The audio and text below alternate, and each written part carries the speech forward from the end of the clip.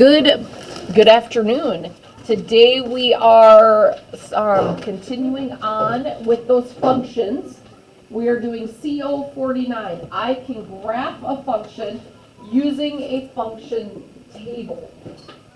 So we're taking what we know about the functions and function tables, and now we're going to be putting it onto those graphs. So remember, in a function table, each pair of x and y's represents an ordered pair. Remember, our ordered pairs are always x, y. So when we look at that function table, we see the x, and right next to it's the y for our ordered pair.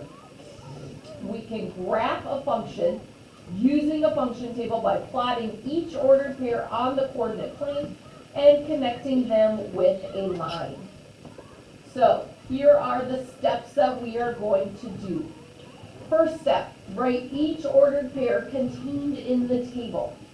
So I look at this first table and I say, okay, there's a -2, 0, 0, 2, 2, 4, and 3, 5. So that's our first step, is actually writing out our ordered pairs. Second step is we need to write a rule for the table. What would that rule be? What do you think, Hadley? Add 2. So we're adding 2 to what? So we don't just want to put add 2. We're going to make this into an equation for the rule. So y, so if we want to get to 0, y equals x plus 2. So if we're going to put x in here, we add 2 and we're going to get that y. So instead of just saying add 2 to y. And what does that equal? So we want to see those x's and y's being used. So y equals x plus 2. So make sure you're writing that down so we know what the rules are supposed to look like. Because we're used to just looking at it and saying plus 2. That's our rule. But now we're getting way more mathy into it. So C says graph the function. So we wrote our ordered pairs. Now we need to graph them. Remember, we do the x-axis first. That's the first number, then the y. So -2 on the x-axis, 0 for the y, then 0 on the x-axis, 2 for the y, 2 on the x-axis, 4 for the y, 3 on the x-axis, and 5 for the y. And when we're graphing it, we're going to draw our line that connects our dots. A line has the arrows on the ends. It's not a segment. So put your arrows on the end because this line can go on and on and on. That's going to help us when we look at D.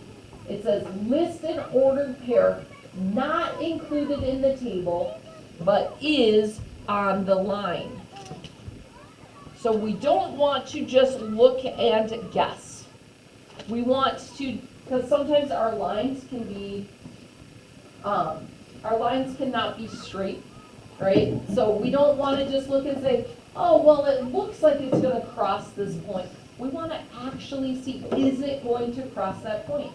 LJ, do you have an ordered pair that you think would work? 4 and 6. So 4, 6. Why do you think that would work? So I drew the line, but sometimes our line gets wonky and we kind of curve a little bit. So we don't want to just go by sight. What else would tell us that it would be on the line for sure? Nava? If it adds 2. If you add 2 to x. So LJ said 4, 6 would be on the line. Does that work with our equation? If I put 4 in for x, do I get a 6 for the y? I sure do, because 4 plus 2 is 6. So you are absolutely right, but we don't want to just go by the site. We want to be able to prove in a mathy way, yes, this ordered pair works. So you're going to use your rule to show it. Yes? You can do 1 and 3 too. Yeah, 1 and 3 would work. Not just because we can see it's going there, but because if I put a 1 in for the x, 1 plus 2 equals 3. So it's important that we're making sure we're putting the right rule on there so we can prove that this ordered pair works. So, on this front page, you need to, and on the second page, it's the same thing. This first page and the second page, you are writing down our ordered pairs. You are writing the rule. Y equals what? X adding, X subtracting, X multiplying, X dividing, right? Think about what the rule is going to be. Then you plot it and you find an ordered pair that will be on the line that's not already listed, because if you put that X into your rule, you get that Y. So we want to sum on this first page. Those rules are a little bit easier. It's going to be adding and subtracting. It's easy. Let's look at our second page real quick.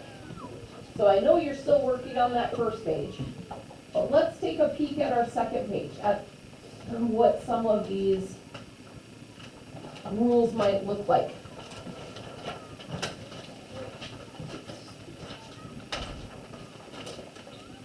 Look at this first one.